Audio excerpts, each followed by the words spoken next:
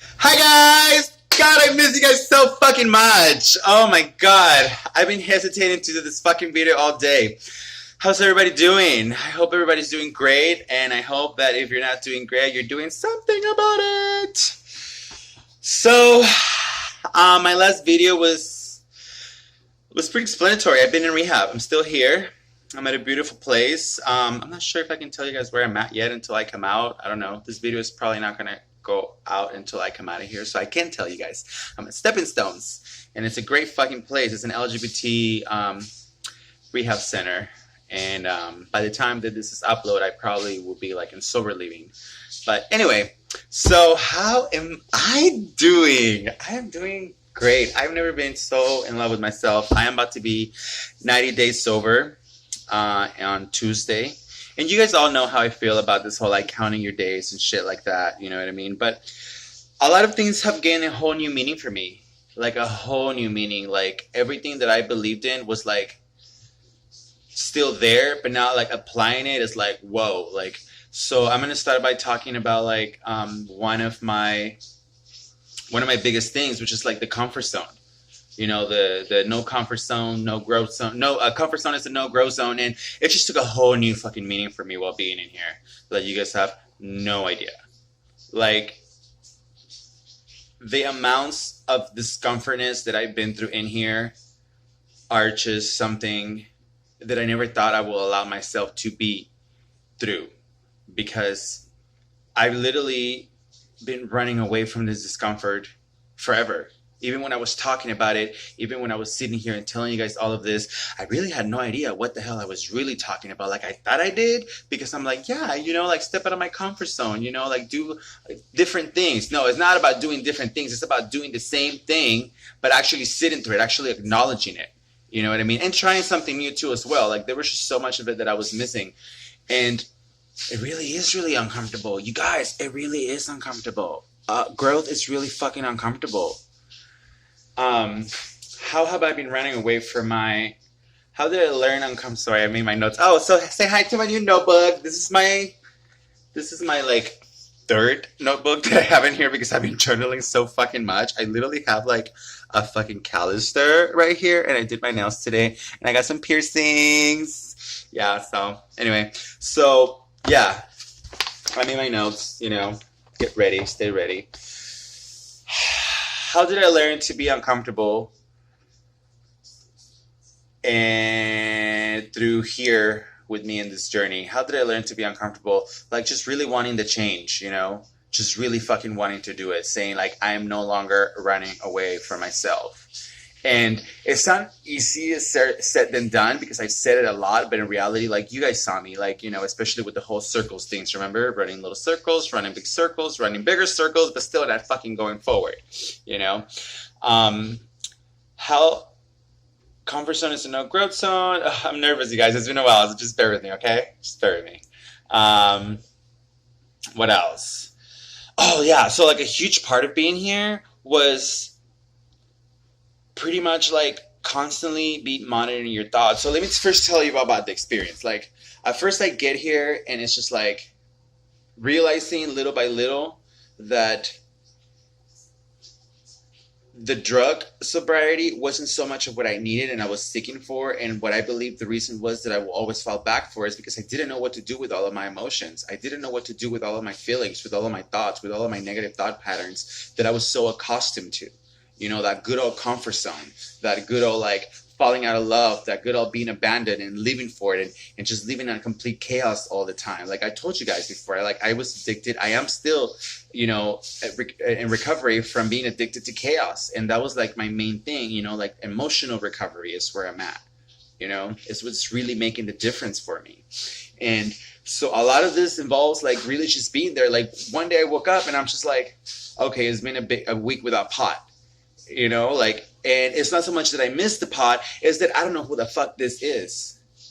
I don't know who this person inside here talking to me is. I don't know who this person inside here talking to me is. I don't fucking know you. Who the fuck are you? Why are you talking to me? And why do you talk so much? Why are you so fucking hard on me? Why are you such a bitch to me?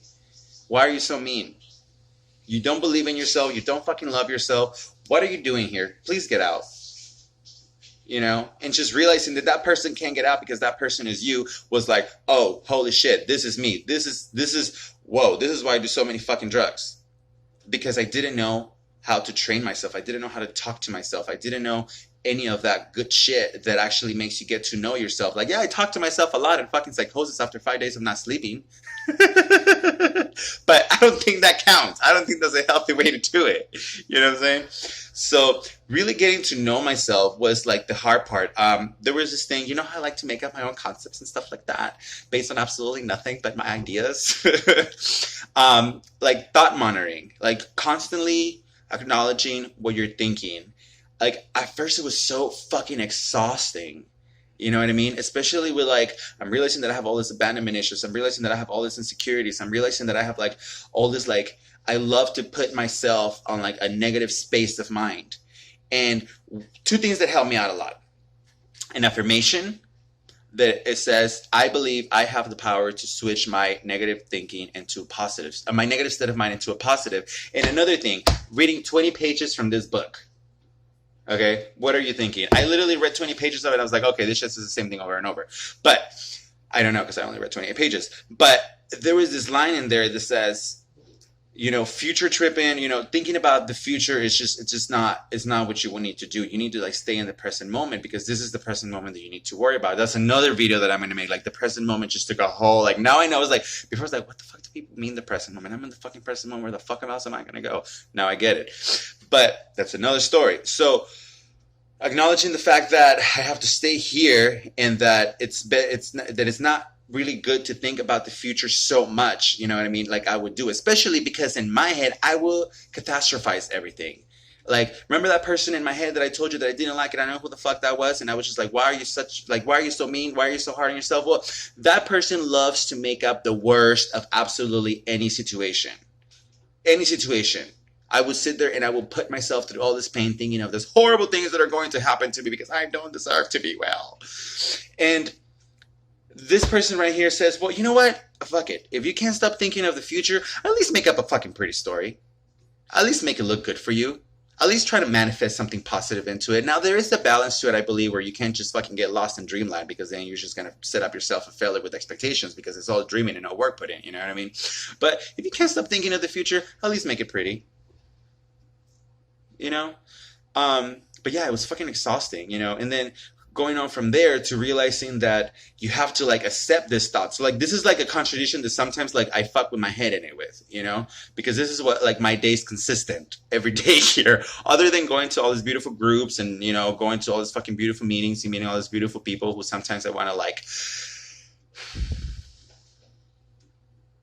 not call beautiful. But you know, that's another story. We're kind of like a family here. We literally become like brothers and sisters where sometimes you just want to choke him but you can't live without him, you know. But constantly like this negative thoughts come into my head and then I'm like, okay, so there's the thought. I can't make it go away. Like accepting that you can't make the thought go away and like going through this process in your head of like approaching it with curiosity. You know what I mean? Instead of just keeping on replaying the thought over and over and over, like accepting that you don't know how to not to think like that. That's just a part of who you are. Like that is just right now has been one of the biggest things for me that I like literally work on every day. So like there's just so much. Like there's just so much. I feel like this video, like even if this video is like 45 minutes long, I just will not have enough time to tell you all of you like everything that's been going on in my life right now. There's a naked man behind me right now.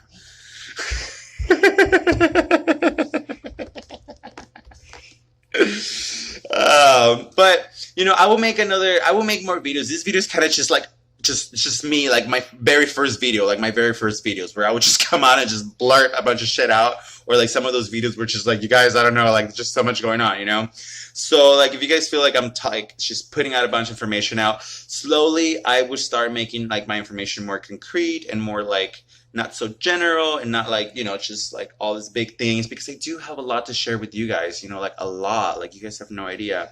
And let me just tell you guys about how I got here. So I don't know if you guys remember that video, Calling in the Storm. You know, Calling in the Storm was a pretty meaningful video for me and for other people.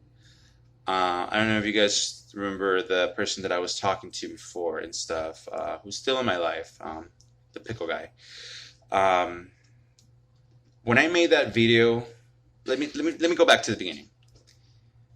My relapses started becoming more and more and more disastrous. Like I was carrying less and less and less, and it came to a point where I couldn't even come in here and tell you guys that I had let myself down again, and um, it was just really hard for me. And I started shooting up.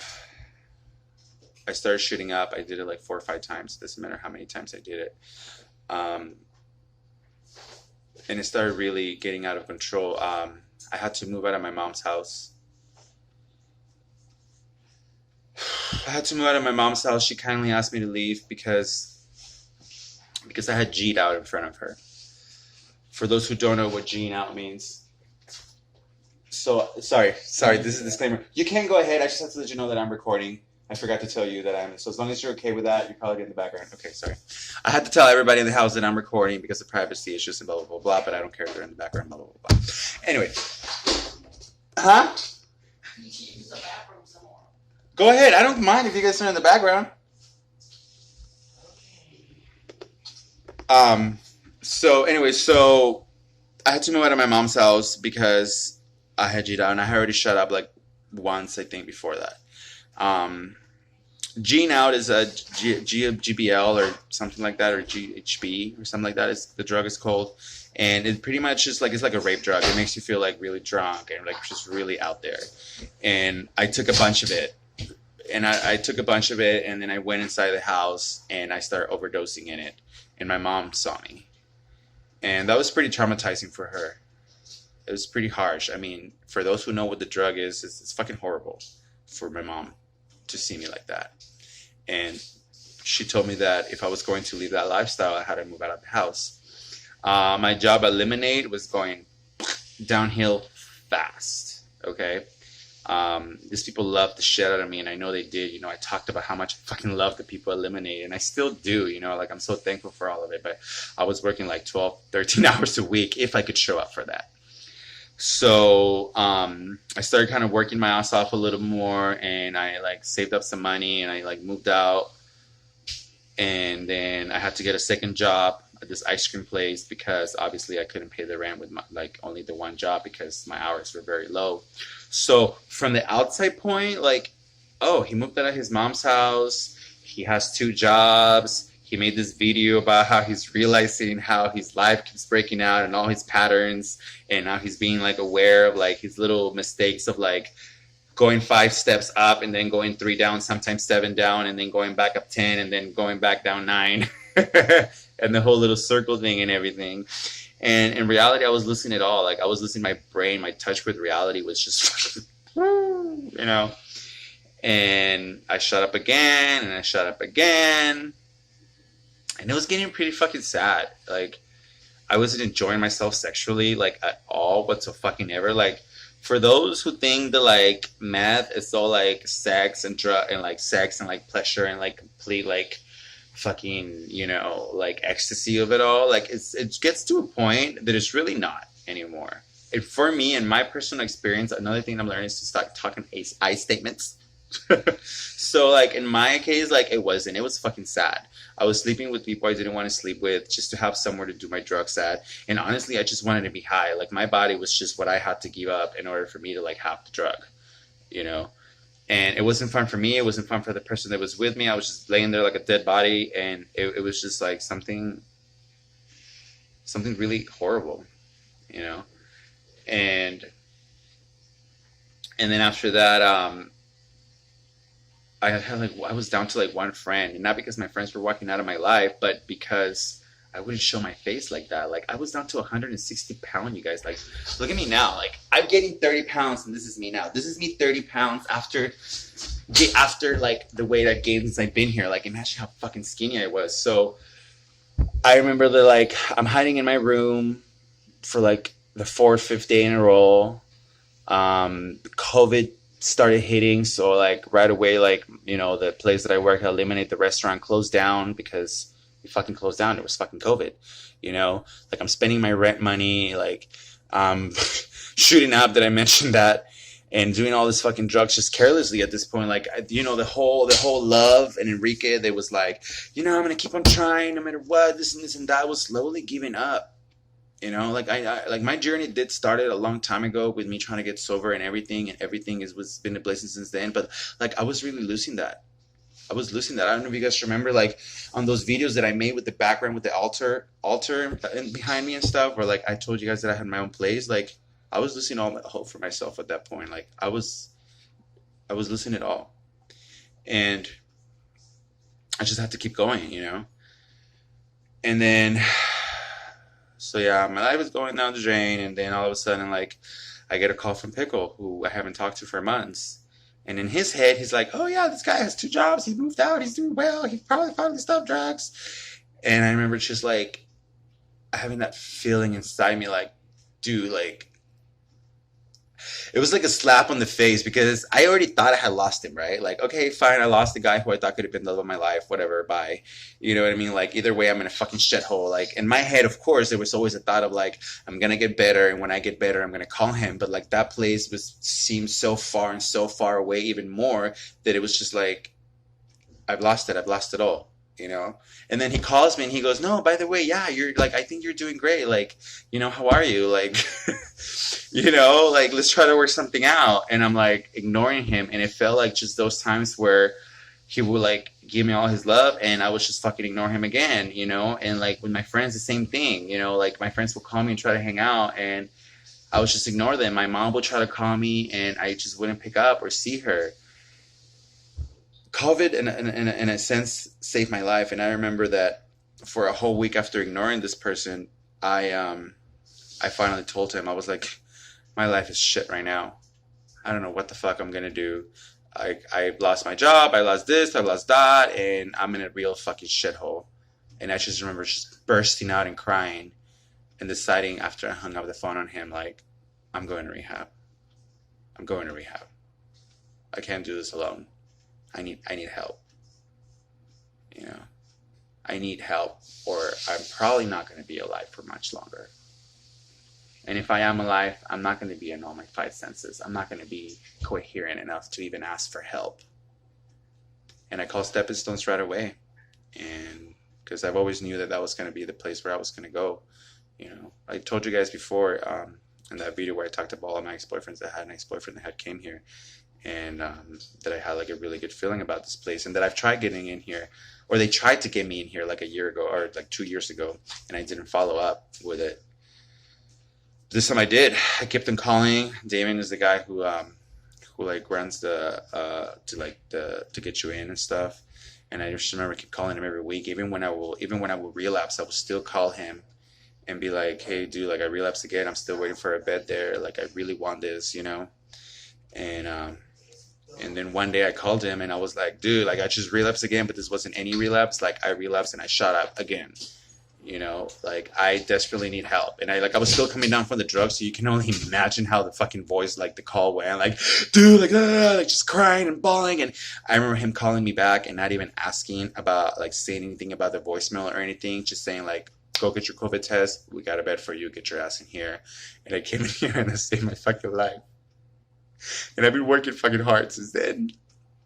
And I've been working really hard since then, and it's paying off. And I love you guys. I love you all. I'm going to read you guys a little poem, and then we're done.